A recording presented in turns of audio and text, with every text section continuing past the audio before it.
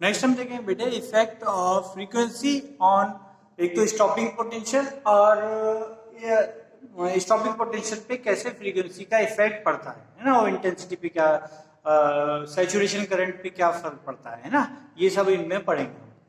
तो अब देखेंगे हम जो उन्होंने एक्सपेरिमेंटल डाटा निकाला उससे जो ग्राफ आया वो ये है, ठीक है।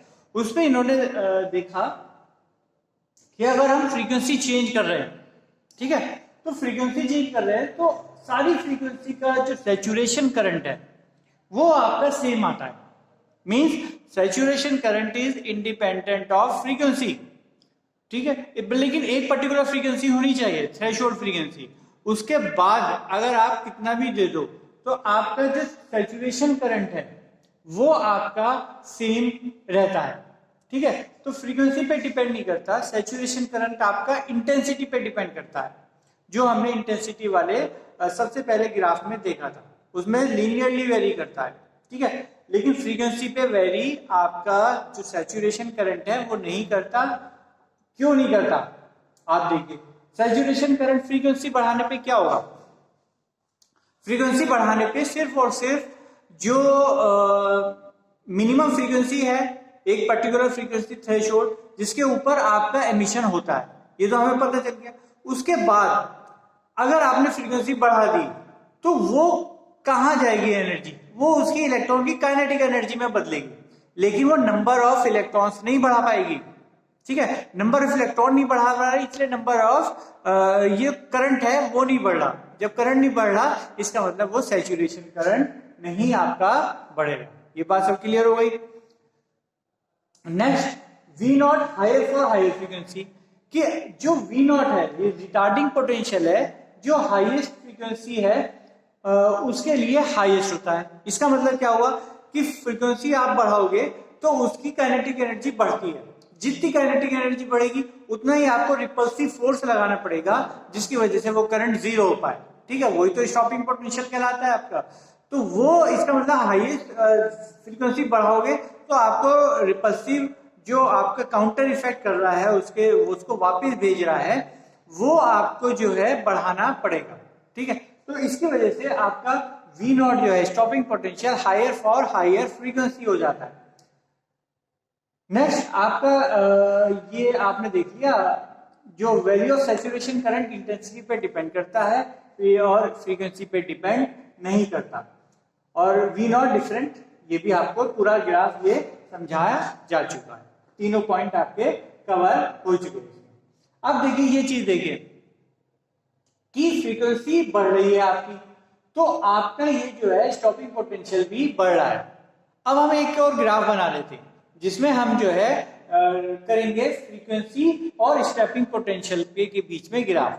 तो इसमें हमने देखा एक पर्टिकुलर फ्रीक्वेंसी न्यू नॉट, एक मेटल के लिए ये न्यू नॉट फ्रीक्वेंसी है, मेटल बी के लिए ये न्यू नॉट डैश फ्रीक्वेंसी है, थ्रेशोल्ड फ्रीक्वेंसी जिसके ऊपर एमिशन हो गई होगा, ठीक है। उसके बाद थ्रेशोल्ड फ्रीक्वेंसी के बाद अगर आप फ्रीक्वेंसी बढ़ाओगे तो स्टॉपिंग पोटेंशियल, क्योंकि एनर्जी बढ़ रही है तो आपको स्टॉपिंग पोटेंशियल भी लीनियरली बढ़ाना पड़ेगा, तभी वो जो है उसको रोक पाएगा।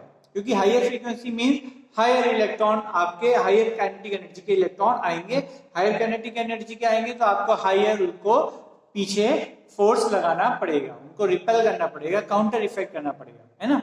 तो ये आपका यही दो कंक्लूजन आपके इसमें है।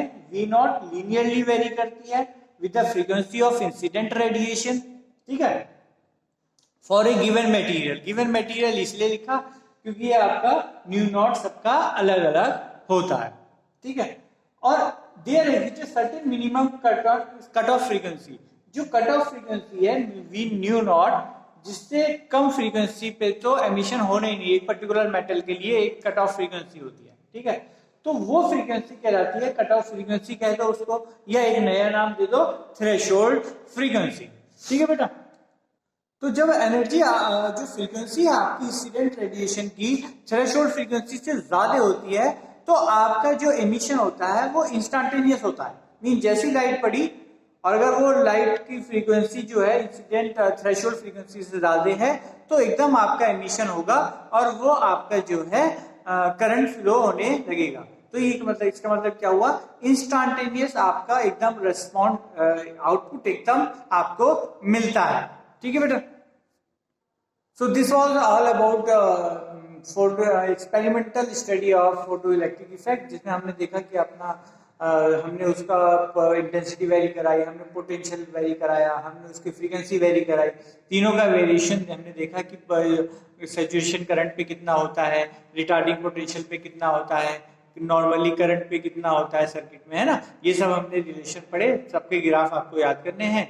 नेक्स्ट वीडियो में हम जो है लॉज ऑफ फोटोइलेक्ट्रिक इन सबको कंबाइन करके लॉज बनाएंगे, वो आपको याद करने हैं। ठीक है। इन सबका जूस जो होता है, इनके सबका कंसाइज फॉर्म में जो रिजल्ट है उनको ओवरऑल समराइज करेंगे। ठीक है बेटा। वही लॉज ऑफ फोटोइलेक्ट्रिक एमिशन हो जाते हैं।